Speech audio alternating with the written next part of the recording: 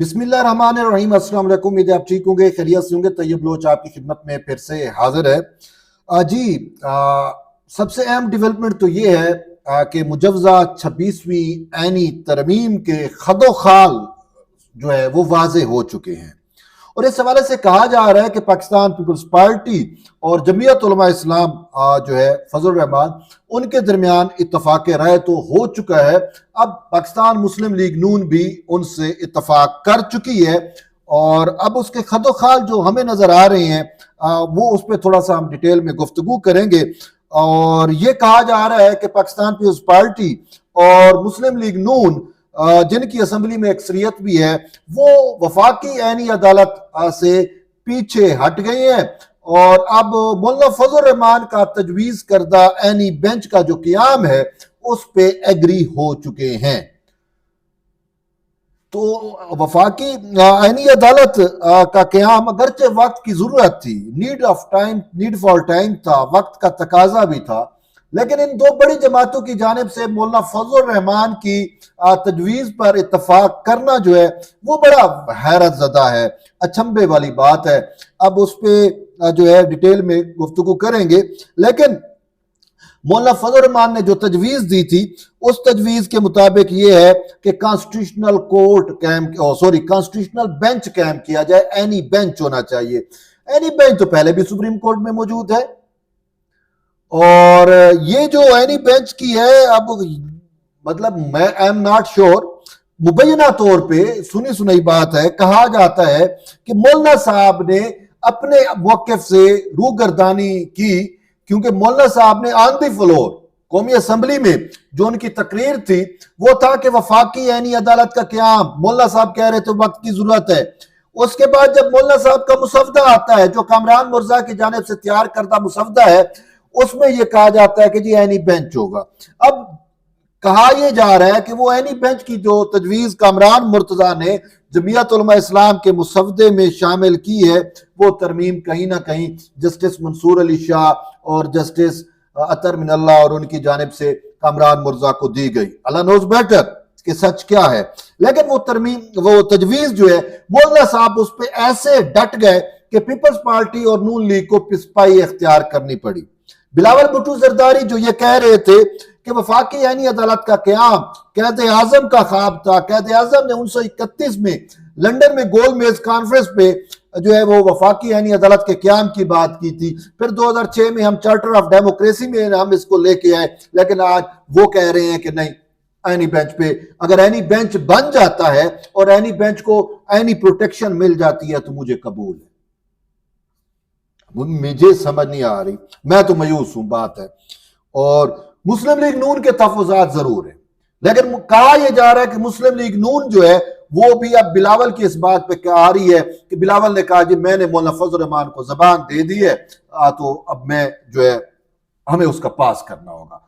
अब मौलाना फजल रहमान को जबान दी है बिलावल भुट्टो जरदारी ने, तो अब बिलावल भुट्टो जरदारी को ने अगर जबान दी है तो दूसरी साइड पे बिलावल भुट्टो जरदारी के सामने चार्टर ऑफ डेमोक्रेसी था, बिलावल भुट्टो जरदारी के सामने कैद आजम कि गोल मेज कॉन्फ्रेंस में वफाकी ऐनी अदालत के क़याम का मुसवदा था, बिलावल भुट्टो जरदारी के सामने जो है वो उसकी मां का ख्वाब था। लेकिन इन सब के बावजूद अगर वो कॉन्स्टिट्यूशनल बेंच पे जबान दे चुके हैं तो मैं जो है वो क्या कह सकता हूं, बिलावल जाने, उनकी मर्जी है, उनकी जबान है, लेकिन जबान किसको दे रहे हैं? मौलाना फजल रहमान को। और वो मौलाना फजल रहमान जो असम्बली के फ्लोर पे जो उन्होंने आपसे बात की, मुझसे बात की, पूरे अवाम से बात की, कौम से बात की, कौमी असम्बली में जब आप खिताब करते हो तो वो तो अवाम की नुमाइंदा जमात वो है ना, इदारा है, पार्लिमान है, अवाम के सारे नुमाइंदे उसमें बैठते हैं, उसमें किए हुए खिताब से में वो वफाकी ऐनी अदालत के क़याम की बात करते हैं और बाद में मुसवदे में, यानी कि वो जो अपनी जबान से मुकर जाए, बिलावल साहब उसके लिए अपनी जबान का पास रख रहे हैं। मुझे तो मायूसी हुई और नून लीग को भी फिर मजबूर किया कि नहीं जी, मौलाना फजल रहमान जो कह रहे हैं हमें उसके तहत चलना है। अब कहा जा रहा है जी कि कॉन्स्टिट्यूशनल बेंच बनेगा और वो 1 साल के लिए होगा, जुडिशियल कमीशन उसको बनाएगा। हम उस पे भी आते हैं कि जुडिशियल कमीशन में यही जजेस होंगे, कहीं और जज तो बैठेंगे नहीं। हाँ, अगर पार्लिमानी कमेटी बनाती या पार्लिमानी कमेटी और जुडिशियल कमीशन की हैयत चेंज हो जाती फिर भी कहीं ना कहीं कुछ था। चलो भाई साल के लिए बनेंगे। अब मैं आपको बताता हूं कि वो जज तो यही होंगे ना, कोई और जज तो इन्होंने शामिल नहीं करने। तो ये जो जज शामिल होंगे तो इसकी मैं जो अभी तक चूजे चूंकि वाजे नहीं हुई, लेकिन जो हम तक डिटेल पहुंची है, डाटा है 2024 से लेकर 2028 तक हम इस तरमीम मौलाना की इस बात के मुताबिक मान लेते हैं कि जी साल के लिए कॉन्स्टिट्यूशनल बेंच बनेगा और 2028 तक यानी एक साल के लिए बेंच होगा, वो एनी मैटर सुनेगा, फिर दूसरे साल के लिए वो बेंच होगा, फिर वो तो उसके मुताबिक 5 सीनियर जज जो हैं वो कॉन्स्टिट्यूशनल बेंच या 9 सीनियर जज, लेकिन 5 की तरकीब मैं आपको बताता हूं 2024 से लेकर अक्टूबर 2024 से लेकर जो है वो दिसंबर 2028 तक। अब मैं आपको सुनते जाएं, देखते जाएं और शर्माते जाएं कि हो क्या रहा है। ठीक है, 2024 से ये है जी 2028। ठीक है, अक्टूबर से 26 अक्टूबर से आप कर लें, 26 अक्टूबर 2024 से अब आ जाते हैं 30 नवंबर 2025 तक। एक साल के लिए जो बेंच होगा उसकी कंपोजिशन जो अवेलेबल जजेस हैं उन पे मैं बताऊं। जस्टिस मंसूर अली शाह कौन है? इमरान प्रोजेक्ट इमरानी जज। मुनीब अख्तर इमरानी जज, 2 जज इमरानी हो गए। जस्टिस याया खान अफरीदी इंडिपेंडेंट सोच के भी हैं, 50-50 है, इशू टू इशू चलने वाले हैं। ठीक है, एक ये जमाल खान मंदोखेल आजाद, अमीनुद्दीन खान आजाद। तो 2 की तो फिर भी है इसमें इमरानी प्रोजेक्ट के जजेस जो मावरा आइन इंसाफ देते हैं इमरान खान को। अच्छा, ये तो साल के लिए जो बेंच होगा और उसमें अगर जस्टिस याया खान अफरीदी इन 2 जजेस के साथ शामिल हो जाते हैं मंसूर और मुनीब अख्तर के साथ, खत्म, आपकी सारी कहानी खत्म। अच्छा, आगे फिर हम आते हैं कि 1 दिसंबर 2024 से लेकर 1 दिसंबर 2025 से लेकर 10 नवंबर 2026, ये जो मैंने पहले बताया ये 2025 का बेंच है। अब 1 दिसंबर 2025 से लेकर 10 नवंबर 2026 साल के लिए जो बेंच बन रहा है, जस्टिस मंसूर अली शाह इमरानी, जस्टिस मुनीब अख्तर इमरानी प्रोजेक्ट जज, याया खान अफरीदी इंडिपेंडेंट के हैं 50-50, जमाल खान मंदोखेल आजाद, मोहम्मद अली मजहर इमरान प्रोजेक्ट जज। तो चलो हम कह देते हैं याया खान अफरीदी इंडिपेंडेंट सोच है, चलो वो अलग दे देंगे, जमाल खान भी आजाद हैं, तो बाकी 3 की अक्सरियत बन रही है इमरान प्रोजेक्ट जजेस की। मामला खत्म, बढ़ गया आपका बेंच। अब आ जाते हैं कि 11 नवंबर 2026 से लेकर 27 नवंबर 2027 तक जो बेंच की तरतीब बन रही है। अब justice Mansoor Ali Shah Imran project, Munib Akhtar Imran project, Yahya Khan Afridi 50-50, justice Mohammad Ali Mazhar Imran project, Ayesha Malik Imran project.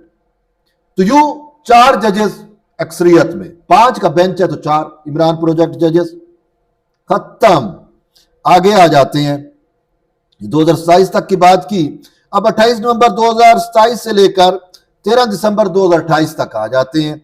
तो इसमें justice Munib Akhtar Imran project, Yahya Khan Afridi independent या 50-50, justice Mohammad Ali Mazhar Imran project, Ayesha Malik Imran project, Shahid Waheed Imran project.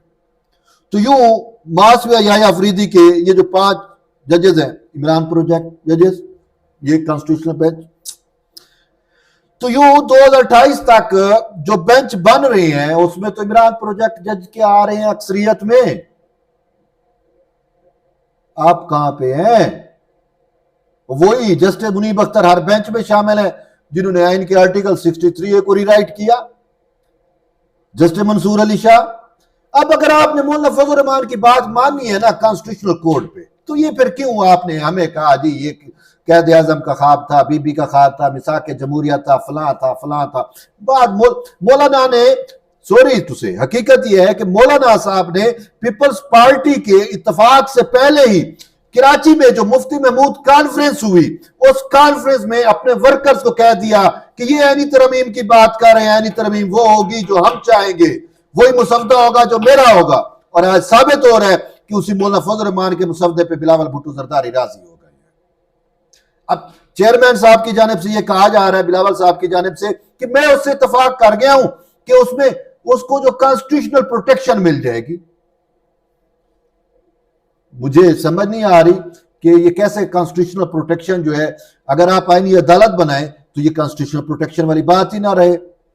अब ये चीजें समझ से बाहर आ रहा है और ये कहा जा रहा है कि जी जुडिशियल कमीशन जो है वो अपॉइंट करेगा। अब जुडिशियल कमीशन में यानी कि कॉन्स्टिट्यूशनल बेंच के जजेस को जुडिशियल कमीशन अपॉइंट करेगा और चीफ जस्टिस भी उसको नहीं हटा सकता। तो जुडिशियल कमीशन में तो वही चीफ जस्टिस होगा। यार समझ नहीं आ रही कि इनकी सोच, मुझे तो अभी तक समझ नहीं आ रही कि जुडिशियल कमीशन में वही जज होंगे, वही चीफ जस्टिस होगा, उन्हीं की अगर अक्सरियत हो गई या इमरान प्रोजेक्ट जजेस की अक्सरियत हो गई तो फिर आप क्या करेंगे?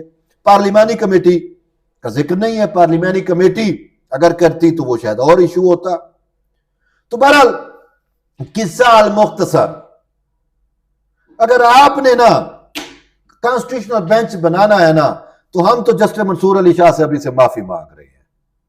और दूसरा फिर हम ये भी कह रहे हैं कि आप मंसूर अली शाह का नोटिफिकेशन भी करें बतौर चीफ जस्टिस ऑफ पाकिस्तान और 8 जजेस के फैसले पे